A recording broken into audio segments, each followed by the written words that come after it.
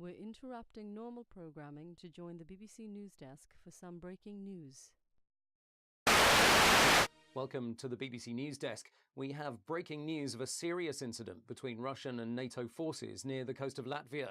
Although the details are uncertain, early reports indicate that a Russian surveillance aircraft was fired upon by naval vessels of NATO forces operating in that region, after apparently straying into Latvian sovereign airspace. Today, the mobilisation of the armed forces is continuing, with a full recall of all reserve forces and heightened security at military bases and airfields. A NATO spokesperson has reported significant troop movements in Russia near the borders of Latvia and Estonia, prompting fears that a much larger regional conflict is becoming inevitable.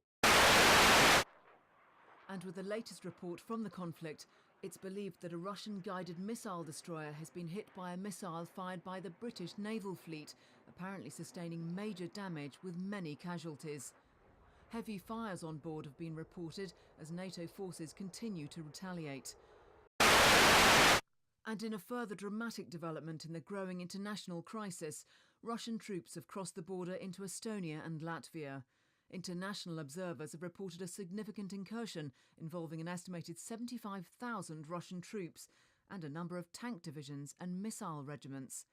Heavy fighting has been reported along the border areas, but Russian forces have broken through in several places and are moving quickly towards the capitals of both countries.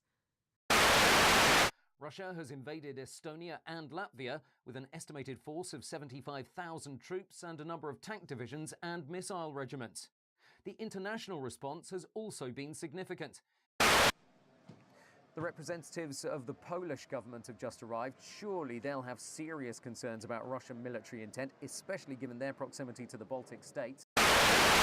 The Polish government has expressed their concern about the accumulation of Russian forces along its northeastern border with Belarus, fearing that they may push towards Germany and in doing so reclaim many regions within its country that used to be under Soviet control. And in a controversial move, the Turkish government has refused to allow NATO forces to use their sovereign airspace, warning that any such incursion would be seen as a hostile act. Reports indicate that Turkey has refused all air traffic clearance for NATO aircraft at Incirlik Air Base, and that Turkish military forces have refused to allow access into or out of the airbase. Events come after a rather grand and elaborate ceremony in Moscow yesterday, in which President Putin made something of a rhetorical speech about the right of Russia to reclaim its interests in former Soviet Union countries and to protect itself from the growing political and military influence of NATO. Russian state television has been broadcasting extraordinary scenes of President Putin personally directing military operations from a command center. This looks highly organised and certainly suggests that the conflict was not just a spontaneous act. Clearly a lot of planning has gone into this. Let's listen in for a few moments. This is not live, but was broadcast within the last 30 minutes. Is very disturbing.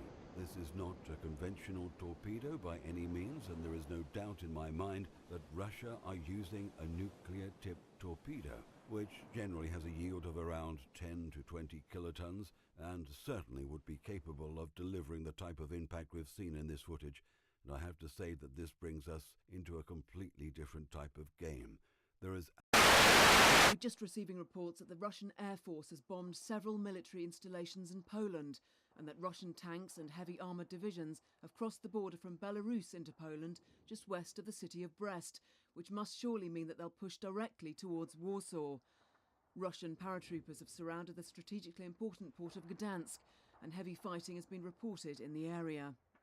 We've also had news that the Russian Air Force has attacked NATO missile defence systems in Romania, and that Russian paratroopers have taken control of Odessa in Ukraine.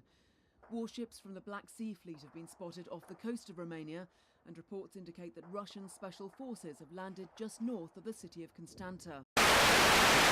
The Russian government has repeated its assertion that its action is in response to years of increasing encroachment and political interference by NATO and its allies, warning that they'll respond massively should NATO create any further escalation in the conflict. Andreas, can you update us on the situation in Poland? We have an alarming situation here in Warsaw. People are very concerned and many are leaving the city. A short while ago, we had a strange incident. The sky lit up a number of times. I could see it through our windows. The light just changed and it was very unusual. Just had breaking news of a significant explosion at RAF Fylingdales in Yorkshire, the home of Britain's ballistic missile early warning system, in what appears to be the first direct attack against UK forces on British soil. And we've just had news that the US ambassador and senior consulate staff are being evacuated from central London. Clearly, something has gone terribly wrong. The security environment in which we meet today is dark. This nuclear saber rattling of Russia is unjustified. Of a major detonation at Beale Air Force Base in California. We've had amateur footage from a number of sources in Sacramento that clearly show a huge cloud from what appears to be a massive explosion in the distance. Beale Air Force Base is part of the US ballistic missile early warning system and is a very important strategic. We've just had a statement in from NATO Central Command.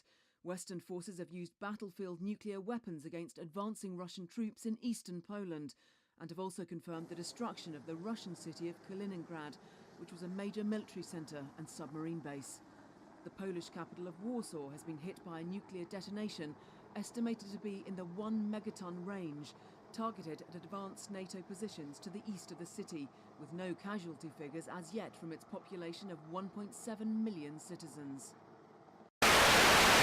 The Archbishop of Canterbury and other senior religious leaders have asked people to come together in prayer at this time of great peril and to have faith that goodness will prevail over the forces of destruction. And we've just had more breaking news that thermonuclear bombs of undetermined strength have exploded at NATO regional military headquarters in Brussels and at a major US military and radar base in Wiesbaden in Germany, resulting in the reported destruction of the city of Mainz and the outskirts of Frankfurt.